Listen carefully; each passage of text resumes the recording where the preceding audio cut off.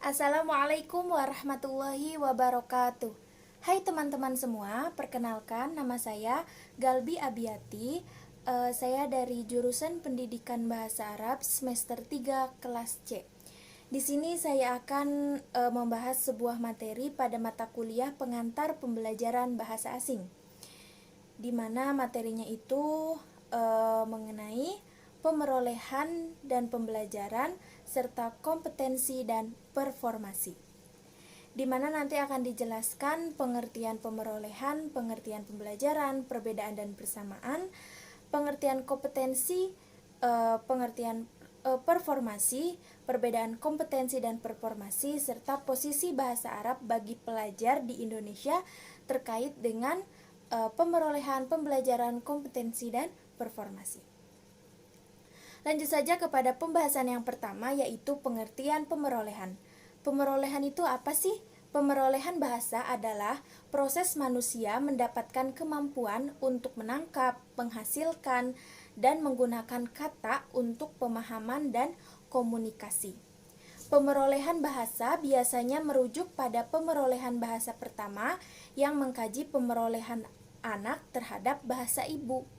Mengapa dikatakan merujuk pada pemerolehan bahasa pertama? Karena seorang anak pertama kali diajarkan berbicara, diajarkan bahasa, dikenalkan bahasa itu oleh orang tuanya, oleh lingkungan keluarga, dan juga bahkan lingkungan masyarakatnya. Oleh karena itu dikatakan pemerolehan biasanya merujuk pada pemerolehan bahasa pertama yang mengkaji pemerolehan anak terhadap bahasa ibu, bukan pemerolehan bahasa kedua yang mengkaji pemerolehan bahasa tambahan oleh anak-anak atau orang dewasa. Lanjut kepada pembahasan yang selanjutnya, yaitu pengertian pembelajaran. Pembelajaran itu apa sih teman-teman? Pembelajaran bahasa merupakan upaya membelajarkan siswa.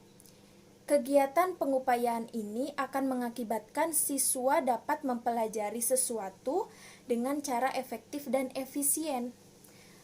Mengapa bisa dikatakan efektif dan efisien? Karena pelajar akan mendapatkan bimbingan dari seorang pengajar mengenai cara pembelajaran suatu materi. Sehingga dengan demikian, pengajar harus mempunyai banyak strategi dan juga banyak cara untuk menyampaikan, mengutarakan materi pembelajaran kepada pelajar agar suasana belajar tidak membosankan, sehingga pelajar dapat dengan mudah memahami materi yang disampaikan. Mungkin itu untuk pengertian pembelajaran. Lanjut kepada pembahasan yang selanjutnya, yaitu persamaan dari pemerolehan dan pembelajaran. Persamaannya itu ada 4, 1 praktek, 2 meniru, 3 memahami, dan 4 runtun. Apa sih maksudnya dari keempat persamaan tersebut? Yang dimaksud dengan praktek adalah baik pemerolehan maupun pembelajaran pada hakikatnya adalah pembentukan kebiasaan bahasa sehingga ia menjadi kemampuan yang sulit untuk dirubah. Maksudnya adalah salah satu contohnya, ada seorang anak yang mendapatkan atau memperoleh ucapan atau kata terima kasih. Awalnya memang si anak tersebut tidak mengetahui ucapan terima kasih itu diutarakan atau diucapkan untuk apa. Di saat dia mengalami atau dia mengikuti pembelajaran, lambat laun akan mengetahui bahwa ucapan terima kasih itu diucapkan ketika dia ditolong oleh orang lain, seperti itu. Yang kedua, meniru. Menirukan model yang ada di sekitar dalam berlaku baik pemerolehan maupun pembelajaran. Jadi pelajar akan meniru, kemudian akan mempelajarinya, seperti itu. Yang ketiga, memahami. Memahami yaitu pembelajaran bahasa terlebih dahulu sebelum ia menggunakan. Jadi pelajar akan mempelajari terlebih dahulu suatu bahasa sebelum ia menggunakan atau ia mempraktekannya. Yang keempat itu runtun. Runtun itu apa sih? Runtun adalah keterampilan bahasa, berarti mempelajari kaidah-kaidah bahasa, seperti itu. Lanjut kepada pembahasan yang selanjutnya, yaitu perbedaan pemerolehan dan pembelajaran. Tadi persamaannya itu ada 4 dan sekarang perbedaannya itu ada 5. Apa saja? Yang pertama ada perbedaan motivasi dan tujuan, yang kedua perbedaan lingkungan, yang ketiga perbedaan model, yang keempat perbedaan waktu, dan yang kelima perbedaan konteks belajar. Itu untuk perbedaan. Lanjut kepada bahasan yang selanjutnya atau bahasan baru, yaitu mengenai kompetensi dan performasi. Dimulai dengan pengertian kompetensi. Kompetensi itu apa sih teman-teman?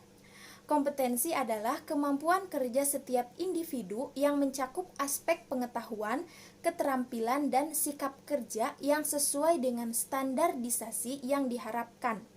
Definisi lainnya menyatakan bahwa kompetensi merupakan suatu hal yang berkaitan dengan kemampuan dan keterampilan individu untuk mencapai hasil yang diharapkan. Jadi setiap individu itu kan mempunyai sebuah harapan atau mempunyai sebuah cita-cita. Nah, kompetensi ini adalah bagaimana cara individu tersebut untuk mencapai dari harapannya supaya terwujud, cita-citanya supaya terwujud. Nah, yaitu kompetensi seperti itu. Lanjut kepada pengertian performasi. Dalam Kamus Besar Bahasa Indonesia KBBI, kata performa dijelaskan sebagai kata benda yang bermakna hal melakukan, hal menyelenggarakan, hal memainkan dalam seni drama, tari, dan musik, dan penampilan. Performasi adalah tutur kata, performasi adalah tutur yang aktual, seperti itu. Lanjut kepada perbedaan kompetensi dan performasi. Apa aja sih perbedaannya? Perbedaannya yang pertama, kompetensi berbicara mengenai pengetahuan penutur, pendengar dengan bahasanya, sedangkan performasi pelaksanaan berbahasa dalam bentuk menerbitkan kalimat-kalimat dalam keadaan yang nyata. Yang kedua, aspek kompetensi bersifat abstrak, sedangkan aspek performasi tidak, karena aspek kompetensi hanya berupa seperangkat kaidah bahasa yang ada dalam otak pemakai bahasa. Yang ketiga, aspek kompetensi cenderung tidak disadari oleh pemakai bahasa, sedangkan aspek performasi cenderung sadar. Yang keempat, aspek kompetensi bersifat spontan, sedangkan aspek performasi tidak spontan. Dapat dicontohkan untuk poin kedua, 3, dan 4 itu seperti ini. Ketika setiap individu pasti pernah merasakan adanya tiba-tiba sebuah pemikiran yang tiba-tiba dan kemudian langsung kita ucapkan, seperti itu kurang lebihnya.